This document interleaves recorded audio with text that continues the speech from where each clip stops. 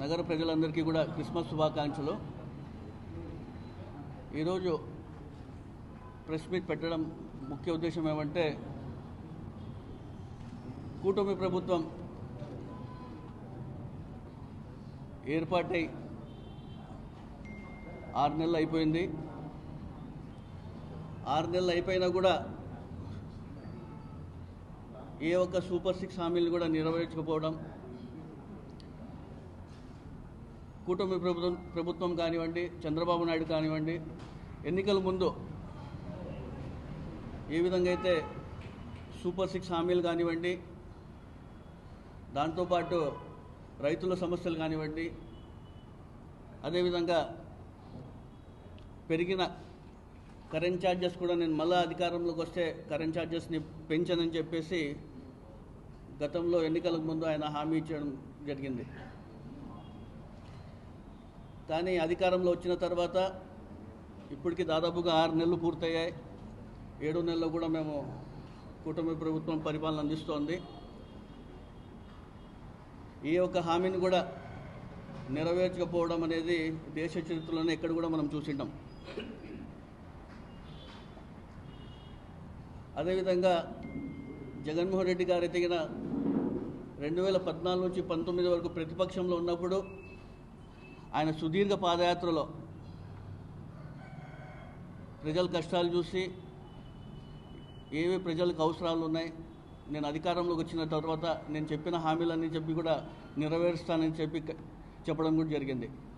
ఏ విధంగా అయితే ఆయన 2019లో అధికారంలో రావడం జరిగింది, చెప్పిన హామీలన్నీ కూడా ఏ ఒక్క హామీని కూడా వదులుకోకుండా అమలు చేసిన ఘనత ఎవరైనా దేశ చరిత్రలో ఉన్నారంటే కూడా అది మన జగన్మోహన్ రెడ్డి గారని కూడా మీ అందరూ తెలియజేస్తున్నాను.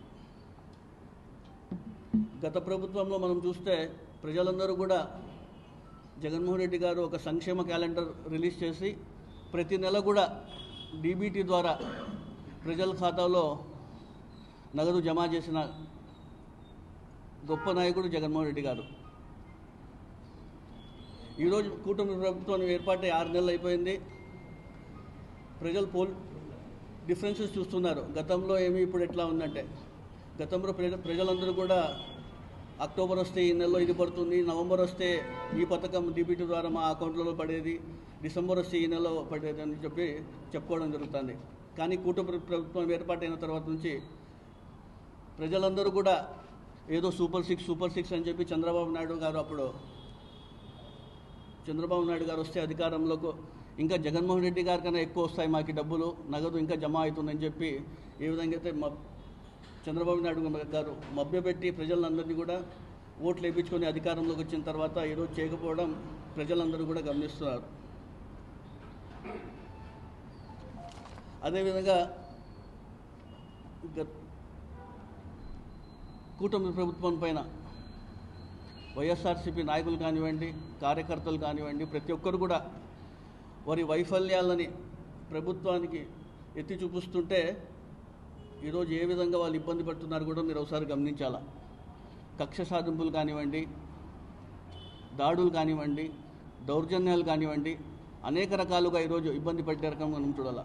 నిన్నటి రోజే మనం చూస్తే కడప మున్సిపల్ కౌన్సిల్ సమావేశంలో కుర్చీ కోసం స్థానిక ఎమ్మెల్యే ఆమె మాధవరెడ్డి గారు ఏ విధంగా బిహేవ్ చేస్తున్నారు కూడా మనమందరూ కూడా ఒకసారి గమనించాలి.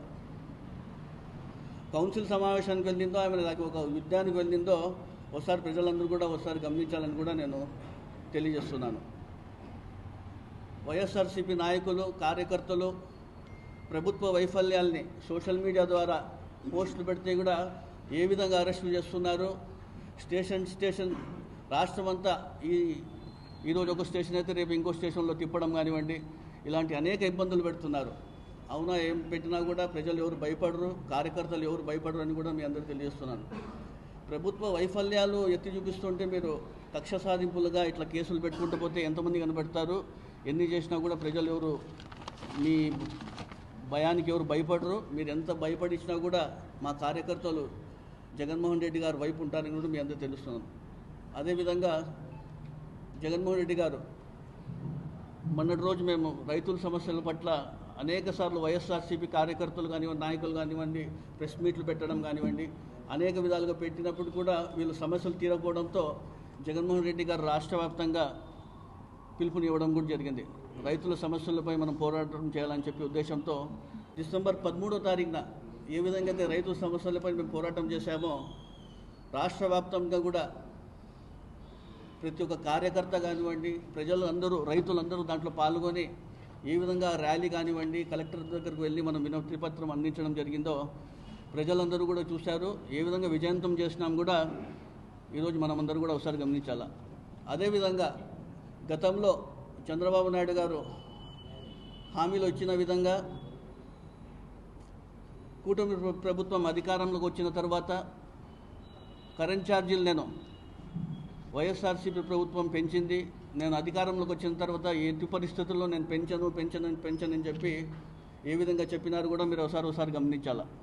ఆయన చెప్పిన వీడియోలు కూడా ఉన్నాయి మన దగ్గర.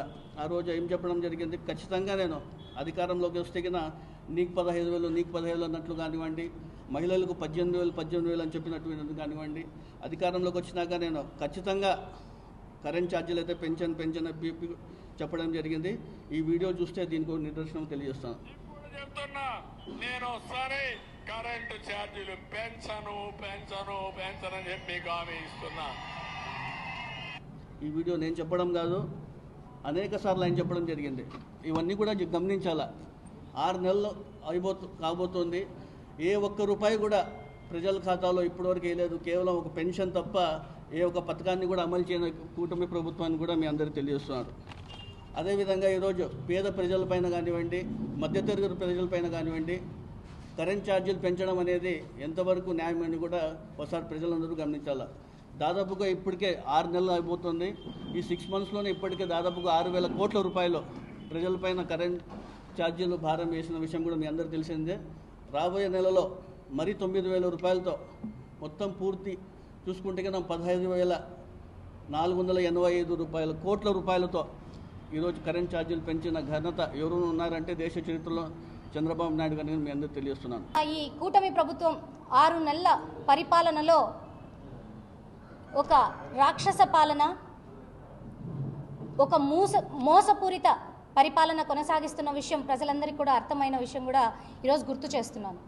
ముఖ్యంగా గతంలో మన వైఎస్ జగన్మోహన్ రెడ్డి గారి ప్రభుత్వంలో ప్రతి ఒక్కరికి సంక్షేమ పథకాలతో ఎన్నడూ లేనటువంటి విధంగా ఆంధ్ర రాష్ట్ర అభివృద్ధిని దేశం అంతా కూడా తిరిగి చూసే విధంగా చేసినటువంటి ఘనత జగన్మోహన్ రెడ్డి గారిదైతే ఈరోజు కూటమి ప్రభుత్వం ఏ రకంగా వ్యవహరిస్తుందన్న విషయాన్ని మనం గుర్తు చేసుకోవాల్సిన అవసరం ఉంది. అంతేకాకుండా ఒక మేనిఫెస్టోని భగవద్గీత లాగా, ఖురాన్ లాగా, బైబిల్ లాగా పరిగణించి జగన్మోహన్ రెడ్డి గారు తన పరిపాలన అందిస్తే ఈరోజు కూటమి ప్రభుత్వం ఒక టిష్యూ పేపర్ లాగా మేనిఫెస్టోని వాడుతున్నారని చెప్పడంలో అతిశయోక్తి లేదు.